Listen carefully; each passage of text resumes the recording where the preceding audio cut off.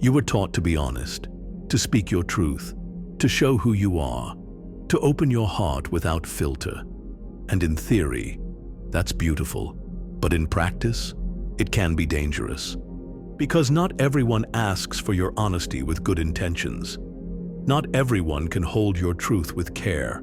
Some only want your transparency so they can better control you, so they know where to strike, so they know how to pull the strings. And if you don't learn to protect your inner world, to guard what is sacred, you will keep offering pieces of yourself to people who only want to own them. This video is not about lying. It's about understanding that truth is sacred, and not everyone is worthy of it. We'll begin with the cold clarity of Niccolò Machiavelli, one of the most misunderstood philosophers in history. Then we'll explore how truth, power, and vulnerability are often entangled, and how discernment is the highest form of honesty. Because real wisdom isn't saying everything, it's knowing when to speak, what to reveal, and who deserves to hear it. Let's begin. You were taught that honesty is always noble, that telling the truth makes you strong, that vulnerability is a virtue, and often it is, but only when it's held in safe hands, only when the space is sacred, only when the person listening isn't sharpening a weapon behind their back. We live in a world that rewards appearance over essence, where people pretend to be curious just to collect information, where "tell me how you're really feeling" is sometimes bait, not care.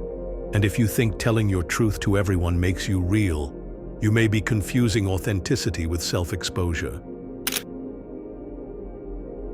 Niccolò Machiavelli is often seen as cold, manipulative, and ruthless. But that's a surface-level reading.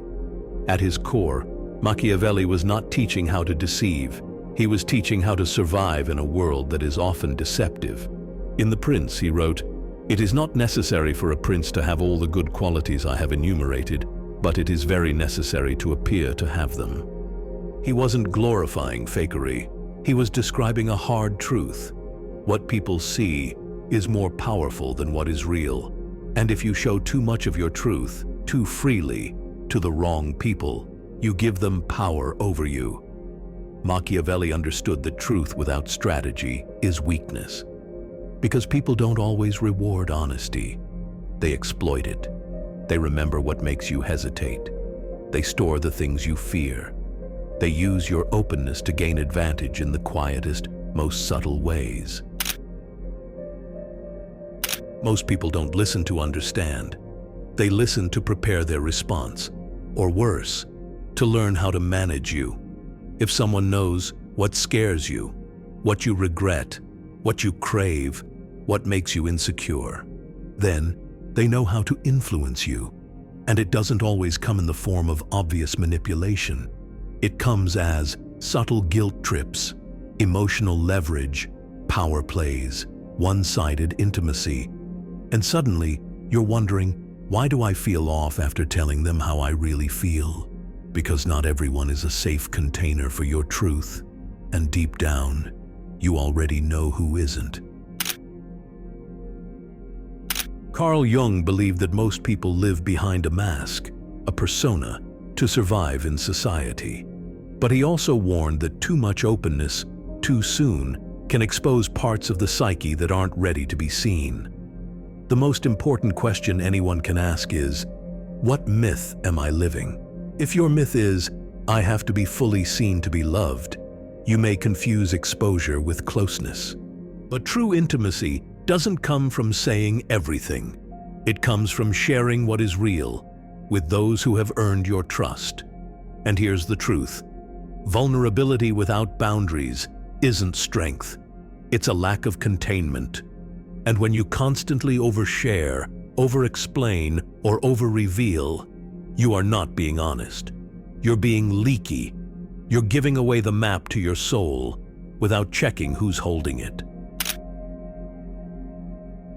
Friedrich Nietzsche spoke often about self-mastery. He believed that strength wasn't about overpowering others. It was about holding your own inner chaos with dignity. He wrote, "He who cannot put his thoughts on ice should not enter into the heat of dispute. In other words, not every truth needs to be spoken, and sometimes silence is not avoidance, it's sovereignty. When you share your truth compulsively, when you let every emotion spill out as proof of your authenticity, you become predictable, and predictable people are easy to influence. Power lies not in what you reveal, but in what you hold, what you protect, what you offer carefully, like a sacred gift, not like a free sample. There is a difference between being honest and needing to be seen. Some people confuse radical transparency with courage, but really, they're trying to be validated. They overshare to get attention. They confess to avoid intimacy. They perform truth instead of living it quietly. This isn't authenticity, it's emotional exhibitionism, and often it comes from trauma. If you were only given attention when you were in pain, you might learn to perform pain, to lead with wounds, to make struggle your personality. And that's not honesty. That's survival disguised as openness. One of the most subtle forms of self-sabotage is the performance of vulnerability. You overshare with people who haven't earned it. You reveal deep truths in shallow spaces. You speak from rawness, not readiness. And then you're surprised when people misuse what you've shared. But that wasn't honesty. That was self-abandonment. Real honesty is intentional. It's timed. It's earned. It's offered slowly, with care, like handing over the key to a locked room inside your heart. Not everyone deserves that key. Not because they're bad, but because they're not equipped to hold what it unlocks.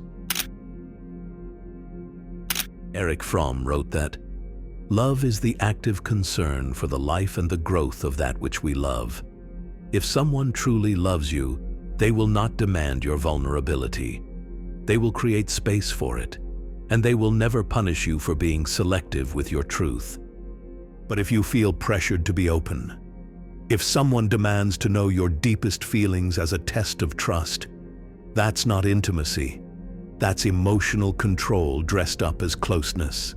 And the wisest thing you can do in that moment is to say nothing."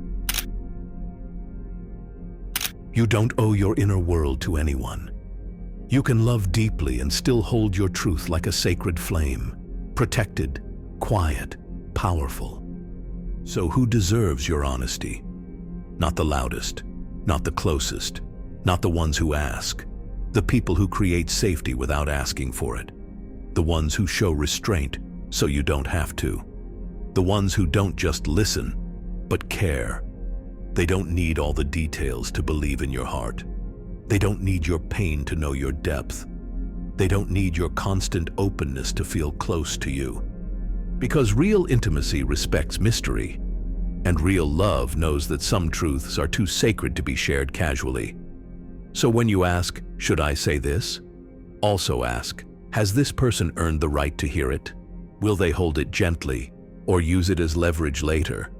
If the answer is no, then silence is protection, and that silence is honest too. From this moment forward, let honesty become something sacred again.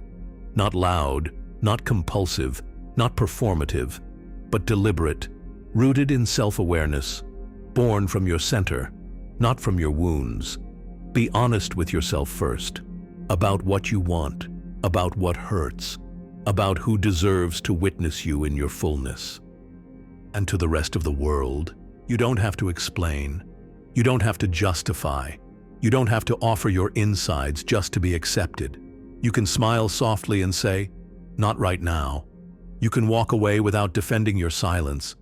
You can love without leaking. You can be real and still be private. Because your truth is not a currency, it's a gift, and not everyone is ready to receive it. If something in this video resonated, if you've ever felt the sting of being open with the wrong person, leave a comment below. Tell us, what part of your truth are you ready to protect? Where in your life do you need to speak less and guard more? And if you're walking this path of inner clarity, subscribe. There's more coming, and your silence is safe here. Until next time, keep shining, not to be seen, but to see.